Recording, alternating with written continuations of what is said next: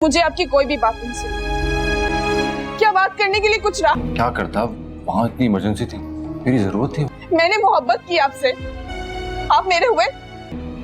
क्यों नहीं होगी मुझे आपकी फिक्र? मैं चली जाऊंगी, यहाँ रुकने थोड़ी आई हूँ।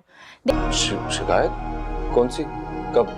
अभी तुम्हारे आंसू देख के मुझे तकलीफ हो रही है। ड्रामा सीरियल मोहब्बत रेजा रेजा के आने वाले एपिसोड में आप देखेंगे कि ईसा को उसकी माँ की असलियत मालूम लगते लगते ले जाएगी। जैसे ही दोस्तों ईसा की माँ कौसर से ये कह रही होगी कि ये बच्चा इस दुनिया में नहीं आना चाहिए, अगर ये बच्चा आ गया तो ईसा हमसे दूर हो जाएगा। कौसर उसे कहेगी कि पर भाभी आप कैसे करेंगी ये सब कुछ? ईसा तो अब बिल्कुल भी अकेला नहीं छोड़ रहा सबात को। पहले वाला तो बच्चा चलो ठीक है कि आपने दवाइयाँ वगैरह देकर वो गिरवा दिया, पर इस बार तो वो लड़की और भी चालाक हो गई है। ना वो हमारे हाथ से कुछ खा रही है, ना ही हमारे साथ कहीं चल रही है, बस अपने आप को कमरे में ही बंद कर दिया है। और फिर दोस्तों जब ये दोनों बात कर रहे होंगे तो सामने ईसा आ जाएगा। तो ईसा की माँ उसे देखकर हैरान हो जाएगी कि बेटा तुम आज जल्दी आ गए ऑफिस से। ईसा उसे कहेगा कि क्या हुआ है अम्मी, आप परेशान सी दिख रही हैं मुझे। तो वो उसे कहेगी कि नहीं नहीं ऐसी कोई बात नहीं है, बस तुम्हें अचानक देखकर थोड़ा हैरान हो गई, वैसे तुम जल्दी नहीं आते ना। ईसा उसे कहेगा कि अगर कोई ऐसी बात हुई है तो अम्मी आप मुझे बता सकती हैं, क्या सबात से कोई बात हुई है? तो वो उसे कहेगी कि बेटा आप क्या भी बताओ मैं तुम्हें, वरना तुम्हारी बीवी फिर से कहेगी कि मैंने तुम्हें भड़का कर भेजा है। वो उसे कहेगी कि मैं तो उसके पास गई थी खैरियत मालूम करने के लिए, पर उसने तो मुझे 1 मिनट के लिए भी वहाँ बर्दाश्त नहीं किया,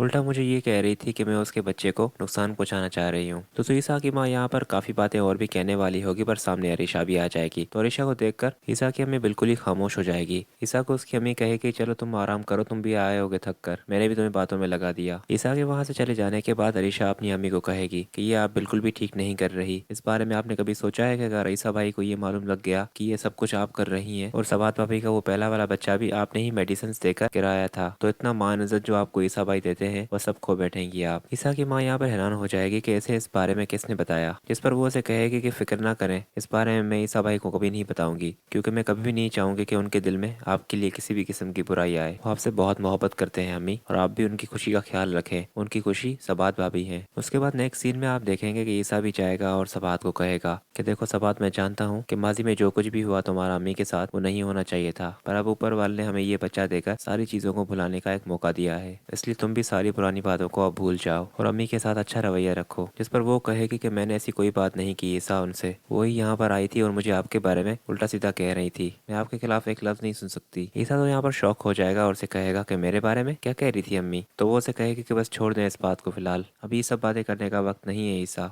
बस मैं आपको सिर्फ ये कहूँगी कि जो भी कुछ करें अपने दिमाग से करें, किसी की बातों में आकर ना करें।